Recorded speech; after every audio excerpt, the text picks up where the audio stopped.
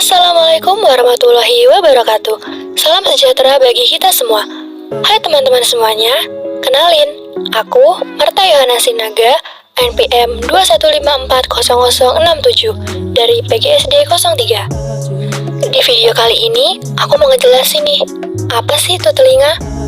Apa aja bagian-bagian dari telinga? Terus, fungsi dari telinga?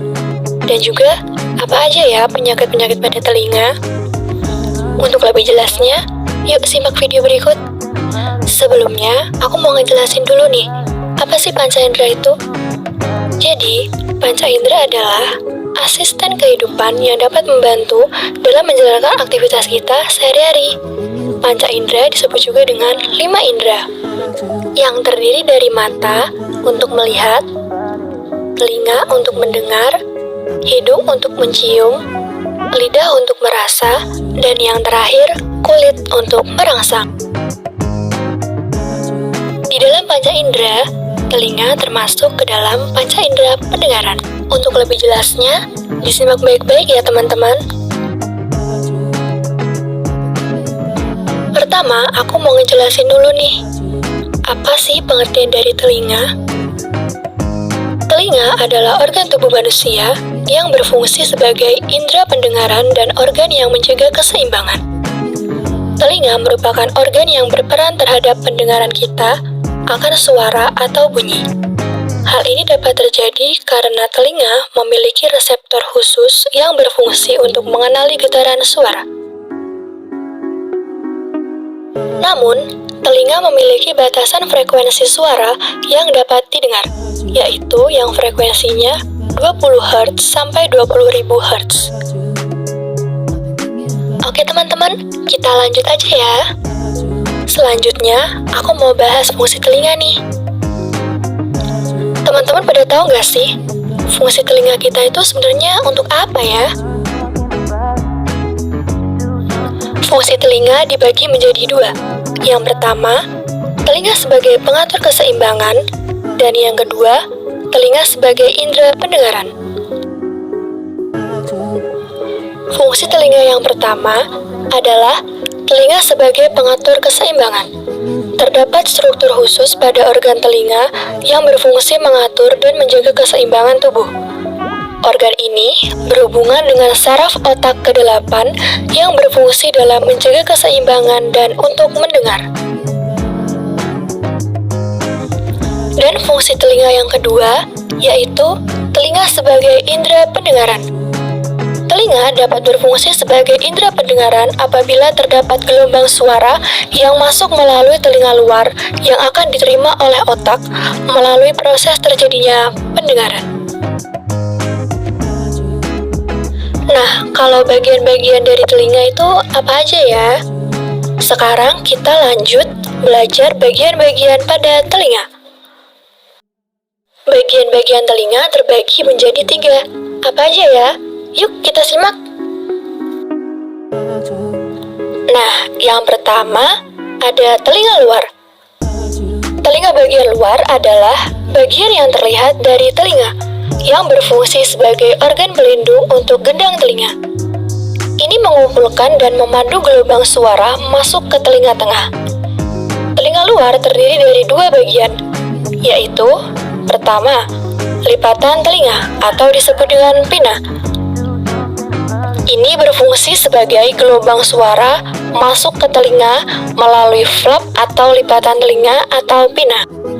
Yang kedua yaitu saluran telinga atau meatus. Saluran telinga memiliki panjang sekitar 2 cm.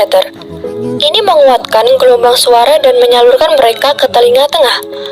Kelenjar keringat yang hadir dalam saluran ini yang mengekskresi kotoran telinga. Bagian telinga yang kedua yaitu telinga tengah. Telinga tengah terletak di antara telinga luar dan telinga bagian dalam.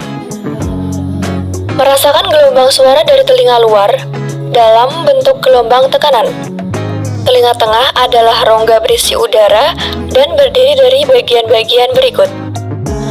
Telinga tengah terbagi menjadi 4. Yang pertama, gendang telinga atau disebut dengan membran timpani.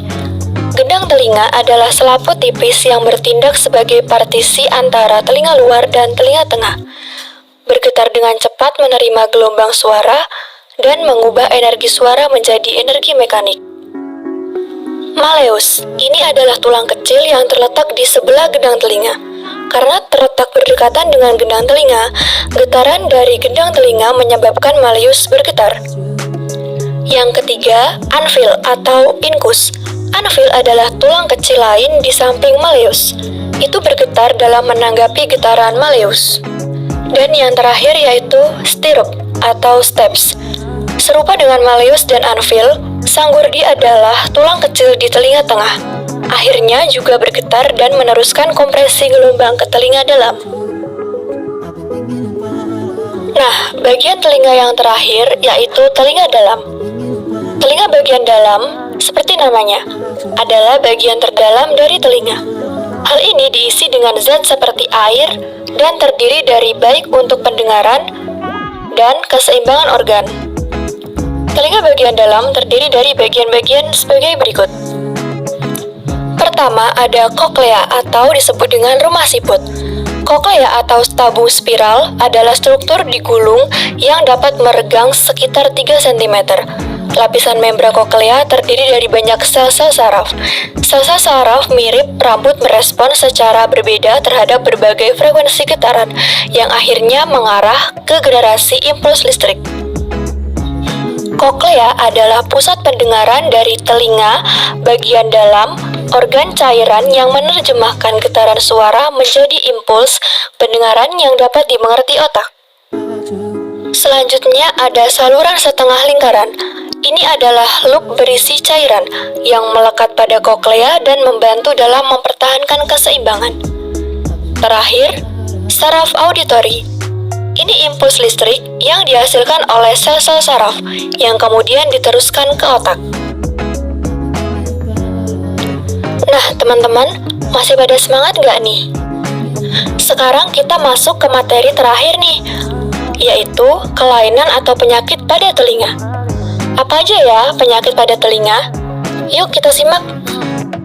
Penyakit pada telinga yang pertama yaitu ARH atau nyeri telinga. Ini adalah rasa sakit pada telinga, dapat memiliki banyak penyebab. Beberapa diantaranya serius, ada juga yang tidak serius.